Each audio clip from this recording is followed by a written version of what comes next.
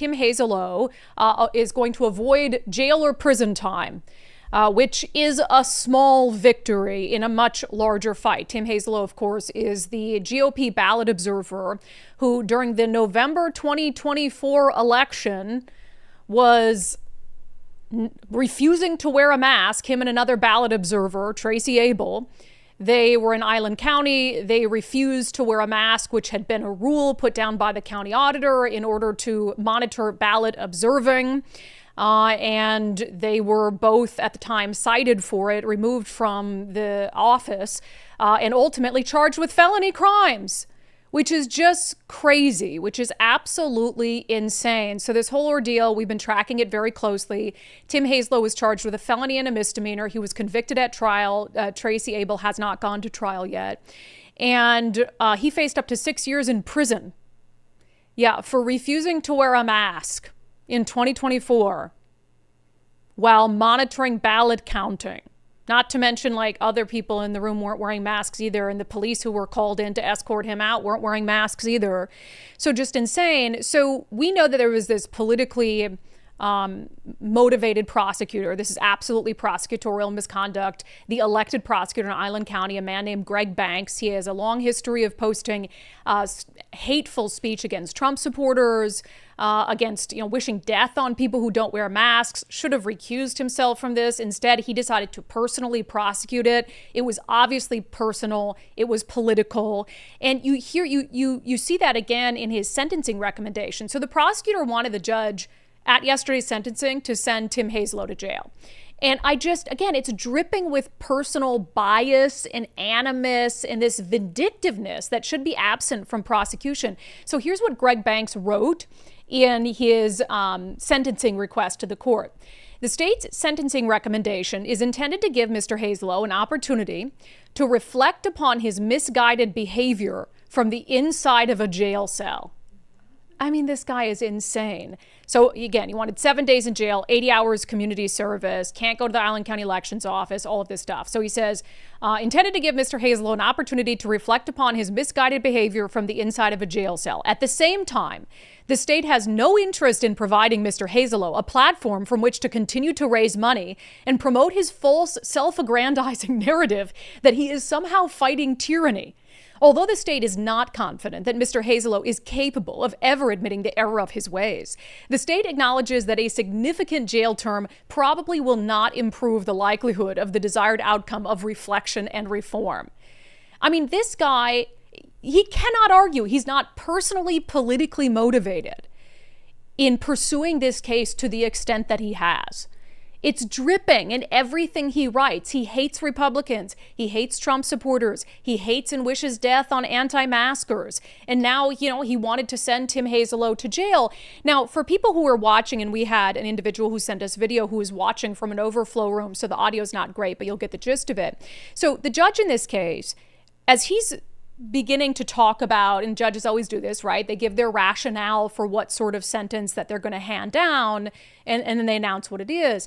And he goes off, this judge, who was handpicked by the prosecutor, by the way, he goes off on this long-winded diatribe about how he can't understand, he just can't fathom why Tim Hazelow wouldn't simply put a mask on for the safety of those counting ballots. I'm still grasping with why do that? And let me just start where I should always start, is with the victims. I understand that this is a non-violent crime, right? Yes. But the fact of the matter is there are people who have been affected by this. These folks are 60 to 90 years old. Who do this out of a sense of duty, which is commendable. What occurred in August is that COVID spread through the office of the ballot counters.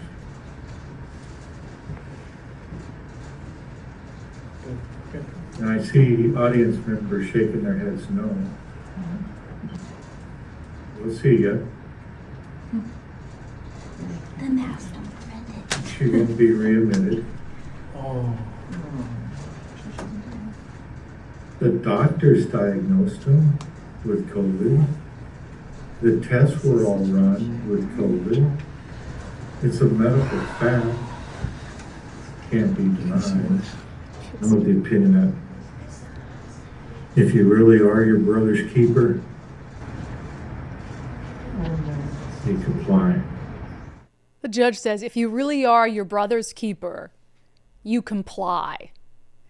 You know, but there's a lot of other ways that you can stand up for your fellow man besides wearing a mask. And that's exactly what Tim Hazelo was doing, is he was standing up for his rights, for our rights, and he was standing up for what he believed in his heart was the right thing to do and standing against the wrong thing to do, blatant overreach of the government, and prioritizing this issue of masking in 2024, long after the pandemic is over, when people have had ample opportunities to get vaccines if they so choose, to take personal responsibility if they're that concerned about what spaces that they put themselves in. And you had a county that prioritized that novel concern over the ability of people to observe and ensure the sanctity of a presidential election. And so this judge, again, this long-winded, talking about, I want to address the victims. Oh my God, talking about someone who didn't wear a mask in 2024. It's just wild. So I think everybody watching was like, holy smokes, this judge is going to send Tim Hazelo to prison. He's going to give him an exceptional sentence. But thankfully, that's not what he decided to do. What is the appropriate sentence here? I just can't get myself to a place where I'm going to sentence Mr. Hazelo to jail. I can grant him a first-time offender waiver and be done with it. I think that's appropriate in this case. Yeah, so he gives him a first-time offender waiver. I mean, Tim Hazelo, he's not a criminal. It's just crazy. So he gives him a first-time offender waiver. He has to do 40 hours of community service. Explicitly, it can't be for any sort of political entity or organization, which I think is just another very just sort of shady, politically motivated thing from the prosecutor in the court. It's just wild. But I don't mistake my laughter over this for some semblance of happiness that Tim's not going to jail. Tim shouldn't have gone into court. He shouldn't have been charged, let alone with a felony crime. None of this should have happened. It's going to take his defense team months, if not years, to reverse this. And it's not even going to reverse the damage that's been done to his life over this. You know, jail time or no jail time, he's out of a job right now. He works for the military. He had a security clearance. I mean, it's a travesty. It is politically motivated prosecution at its worst. So we wanted to ask him just to join us really briefly today. I know we've heard from him a couple times during points in this process, but just to hear from him briefly today with his reaction about what happened in court and where things go from here. Tim, welcome back to Undivided. No jail time, but do you consider this a win?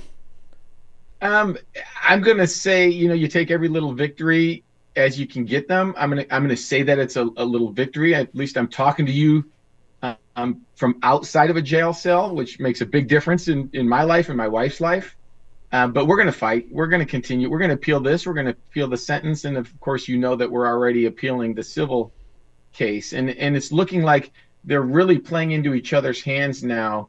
And Prosecutor Banks is these new attorneys in Austin have got it going on, and he's kind of on the ropes at this point in time. There was a lot of things brought up that we didn't know about prior. So, yeah, I want to read you from the state's sentencing recommendation and have you respond to it. And the prosecutor, Greg Banks, kind of reiterated some of this in court. The state's sentencing recommendation is intended, they wanted 7 days in jail, to give Mr. Hazelo an opportunity to reflect upon his misguided behavior from the inside of a jail cell. At the same time, the state has no interest in providing Mr. Hazelo a platform from which to continue to raise money and promote his false, self-aggrandizing narrative that he is somehow fighting tyranny. Respond to that, sir. You talk about self-aggrandizing.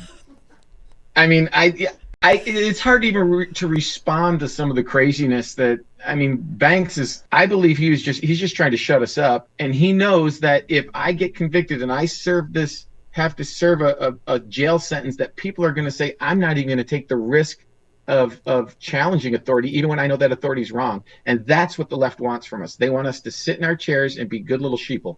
Yeah, we actually did this show poll the other day ahead of your sentencing, and I asked people, would you be willing to go to prison? Would you be willing to violate a mask mandate if you knew it meant going to prison? And I will say, Tim, you're in the minority because most of us said, hell no. Yeah, I saw that. And, I've been sharing that with my friends and family in Circle as well. I don't know if they chimed into your poll or not, but I got to tell you, honestly, if I knew that I would face jail time for not wearing a face mask, I wouldn't have done what I did. Wow. I would have challenged it still, which I was already doing prior to that. And the only reason I went this far with it, I was going to be a poll watcher anyway. That's irrelevant. But the reason that it went this far was because the auditor and the government wouldn't even give us a response to all of our complaints and even our cease and desist letter. They just totally ignored it like it didn't even exist. So it had to go to another level.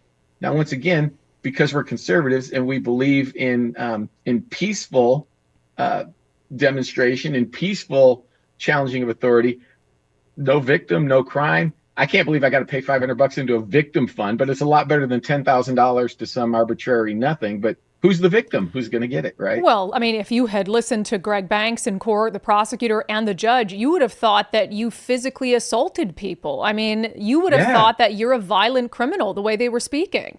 He just went off about how making diseases political and so on and so forth. And I'm like, you got to be kidding me. Yeah, it's pretty stunning to hear kind of you be accused of politicizing all of this when, you have this prosecutor who has said such vile things about Trump supporters and about people who don't mask, who's just dripping with clear political motivation. And it oozes from everything he writes about this case, from emails that he responds to our viewers with about, trying to justify his conduct. I don't think he should be near a courtroom. I mean, the way that he's handled this case, it's prosecutorial misconduct, in my opinion. I don't know what to do with that. But so really quickly, because you're not going to jail, but you've had severe, I mean, you're at home right now. The last time we talked to you on a break from work. You don't have a job right now. No. So I've been suspended, temporarily suspended from the facility that I work in by the Navy while they adjudicate the conviction. The reality is I don't see them being able to use that against me to take my security clearance, but just the fact that I can't go to work right now during the process is a huge issue for me, right? Because, no matter what you do to put yourself in a position, when more money's going out than is coming in, it's very stressful on a family. There were some unnamed generous benefactors who stepped up to try to get you some help on your legal team and sort of bolster that a little bit. It seems like you've been very happy with them. I do believe they're helping because, yours is moving on, but we have another trial coming up with Tracy Apel. Are you confident, or do you think that maybe her outcome will be different? Well, I believe her outcome will be different because she has a different judge. I think we ended up with Wilson through judge shopping, as we've talked about before. Yeah. We went through 4 judges before Banks finally accepted Wilson as a judge, right? So there's got to be something there. I don't know what it is, but there's got to be something there. But she has a very competent judge. I'm not going to call him a conservative, but he's definitely a realist, a great guy. I wouldn't be surprised if hers doesn't get totally dropped before it even gets heard, because it's been pushed all the way back to the beginning of next year now, as far as what I've heard. So yeah, well, let's hope so. And I know the fight is not over. I was happy to hear you weren't going to jail, right? But it really, in my opinion, isn't a win. I mean, this has been such, and you look at all the resources they've poured into this just to get 40 hours of community service out of you, which I thought it was interesting that they said for a non-political group, because it would have killed Greg Banks if you served 40 hours community service, helping Republican causes or something. It would have just killed him.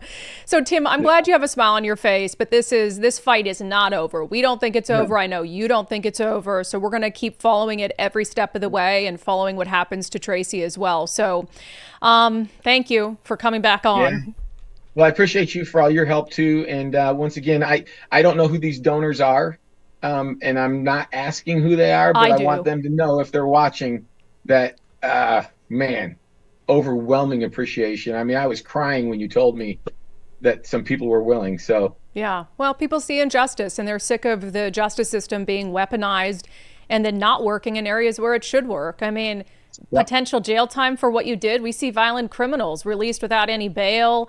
I mean, who don't spend any time in jail. And it's just really insane to see. I don't know how you got through it with a smile on your face, but we appreciate you. We appreciate you fighting the good fight, and we'll talk to you soon, okay? All right. Thanks. Have a great one, Brandi. So there you go. Tim Hazlow, smile on his face despite everything that's happening. In addition to some generous donors who helped hire some additional defense attorneys for the sentencing phase of this and presumably going on to appeal. I know a lot of you also contributed to Give, Send, Go accounts for both Tim and Tracy, something we don't share often. We don't usually share individual platform fundraising things, but in this case, we made an exception. Really, I should have donated in the name of Greg Banks because I see some people sending us super chats for the Greg Banks impeachment fund. I mean, really, I respect the job prosecutors have to do, but in this state, we have far too many prosecutors who take it easy on violent criminals and then use the power of their office to make politically motivated prosecutions. This cannot be viewed as anything but that, based on all the communications that prosecutor has had about this case and his utter disdain for Trump supporters and for people who refuse to wear a mask, even years after the pandemic has concluded. So we'll continue to follow Tim's case and also Tracy's case if and when it ultimately goes to trial.